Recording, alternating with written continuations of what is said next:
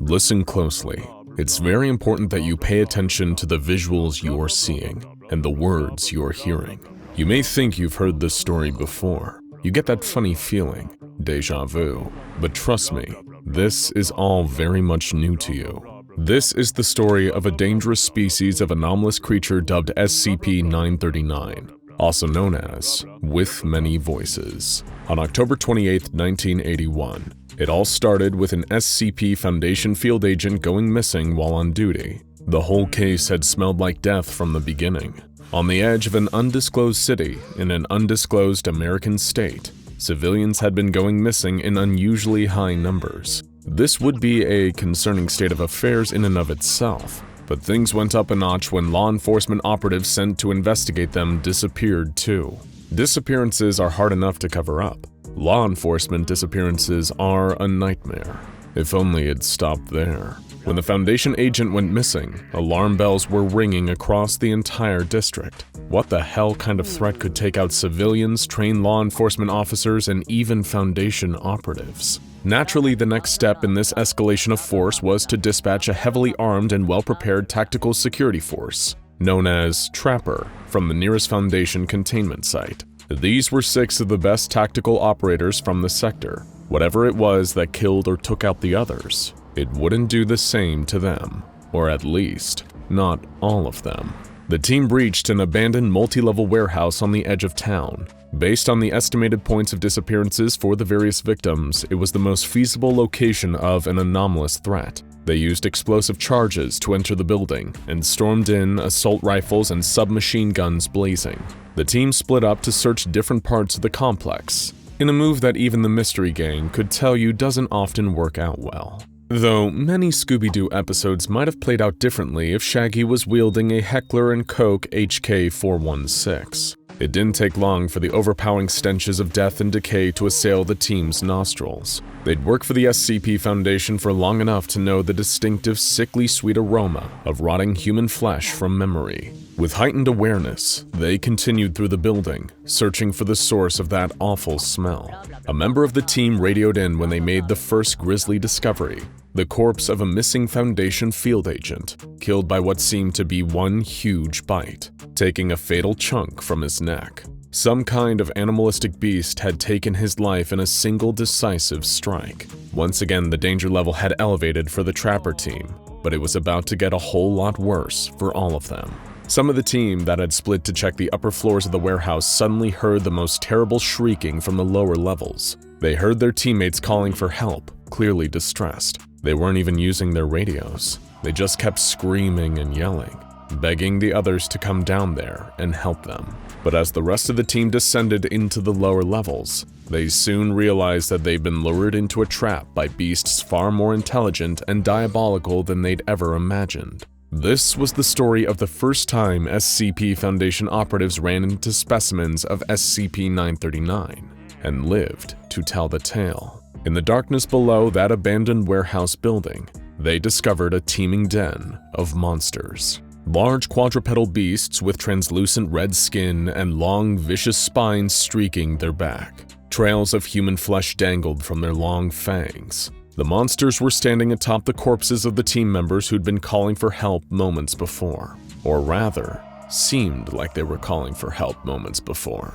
The SCP-939 instances had borrowed the voices of their prey to order a slightly more substantial dinner from above. One of the 2 most potent abilities of SCP-939 is their power to mimic voices and do so with genuinely terrifying accuracy. It is currently unknown to the Foundation how exactly they do this, because 939 specimens don't actually need to hear a voice before they can imitate it, and the complex structure of their imitations and speech patterns suggests a far greater level of intelligence than their more superficially bestial nature implies. Theoretically, you could hold an entire conversation with a 939 behind a screen door, and have no idea that your conversation partner was a creature that would be just as happy to chew the head off your neck as they would be to talk to you. Speaking of which, back to the Trapper team. The survivors were cornered by a gaggle of monsters using the voices of their dead teammates. The creatures advanced with dripping fangs, preparing to lunge and add another few bodies to the count.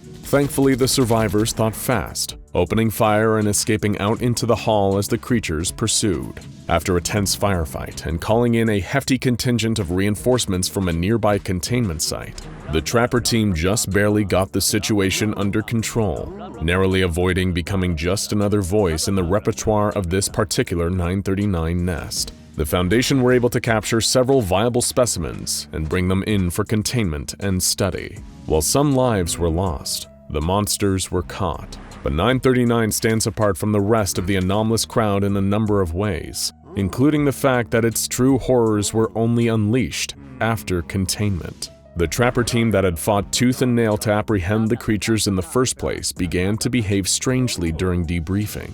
Despite their communication devices recording a relatively clear audio account of the incident, the survivors experienced odd lapses in memory, details that likely would have been burned into the mind of anyone else experiencing these events were completely absent from the recollections of the team members. It was a phenomenon the Foundation had only seen once before. It was the exact kind of behavior exhibited by people who have undergone amnestic treatment. It was this comparison that led them to discovering SCP-939's second potent anomalous effect. They quite literally breathe a form of aerosolized amnestic, dubbed AMN-C227. It inhibits the part of the brain that allows people to form memories for the duration of their exposure to the gas, creating a kind of memory camouflage that 939 specimens are able to hide in. The gas is odorless, colorless, and tasteless. You could be standing in a room full of it and never even know.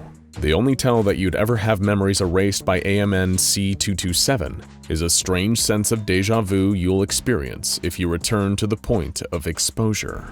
It was an amnestic compound so effective, the Foundation floated the idea of using it for their own purposes, seeing as it's a lot easier to get AMN-C227 from 939 than the usual method of sacrifices to Anatashisha.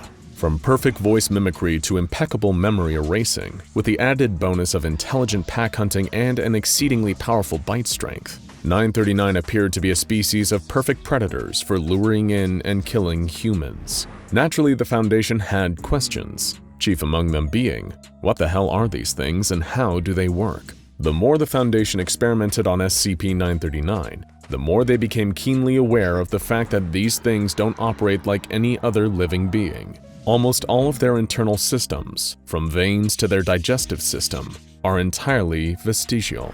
Beneath their translucent skin, these monsters are effectively dead. Nothing works, and somehow nothing needs to work. They consume human flesh, but the flesh simply rots in their stomach until they later vomit it out. Nothing about their biology explains how they produce amnestics, or how they even technically survive. One sample was fully dissected, its different vital systems placed into various tubes, and the monster still tries to talk to Foundation personnel as they walk past its containment location. Some of the creature's childish ranting was recorded for posterity, and the recordings are nothing short of truly chilling. Have you seen our pictures? We like drawing. Daddy hung them on the wall, except for sometimes when the others in white coats took them away. Daddy told us not to draw pictures like those. They made him sad. So we did our best to draw other things, but sometimes we forgot. Sometimes Daddy hid the pictures or ripped them up. He told us that it wasn't that he didn't like them. He said it was to keep us safe from the mean doctors in the white coats, but then the doctors took Daddy away. And some of the things said by this dissected creature have been even more disturbing. We got so hungry, it was bad, but we ate our old skin and our old head. It tasted good, but it was still bad. We were still hungry after that and asked for food. They gave us food, even our favorites, but none of it tasted right to us. All that tasted good was one piece of meat. We asked for more of that. In hopes of understanding their biology better, the Foundation also decided to run some samples through SCP-914 The Clockworks. As expected, the coarse and rough settings destroyed and deconstructed the creature. The data on the 1-to-1 setting was redacted, but most frightening of all was the results of the fine and very fine experiments. For the fine setting, the creature simply came back dead. For the very fine setting, the creature had been reduced to a smoldering pile of white ash. The only conclusion we can take from this is that, on a truly cosmic level, 939 is meant to be dead. And just when you think that SCP-939 has hit the ceiling on true horror, the monsters continue to impress by raising that nightmarish bar. After 11 years in containment, one of the 939 specimens gave birth to a litter of infants. This doesn't seem all that horrifying, seeing as being able to reproduce would at least give 939 something in common with the rest of the animal kingdom. But the Foundation were horrified to find that the larval stage of SCP-939 looks pretty much identical to a human baby. Researchers who were ordered to dissect these creatures, finding out in the process that they were identical to human infants on the inside too, were offered amnestics due to the understandably traumatic nature of the experience. One of the births was stillborn, and the others quickly cannibalized it. The surviving beasts soon learned to perfectly imitate the voices and behavior of human children, offering yet another reason that you cannot trust any of your senses when it comes to SCP-939. As they grew and matured, the more human parts simply fell off, like a snake shedding its skin, after a period of prolonged pain and discomfort. More so than most creatures the Foundation contains, SCP-939's very existence is enough to cause a sense of existential dread. And for a creature as full of surprises as SCP-939, of course there would be another twist in the long red tail. You see, we mentioned earlier that the SCP Foundation briefly considered using AMN-C227, the amnestic gas exhaled by 939 specimens, as a form of Class B amnestics. However, this plan was later cancelled when a horrifying side effect came to light. Amnesia is never a good feeling. Having complete blank spots in your memory is actually extremely distressing to experience. And as we mentioned earlier, people exposed to AMN-C227 seem to experience a palpable sense of déjà vu. When they first experience it, it'll be mild, but it'll slowly get stronger as they move towards the source. Little by little, you'll feel satisfaction drawing closer, until you're wandering into a deep, dark cave. And before you know it, a set of red jaws are closing around your neck, and it's all over.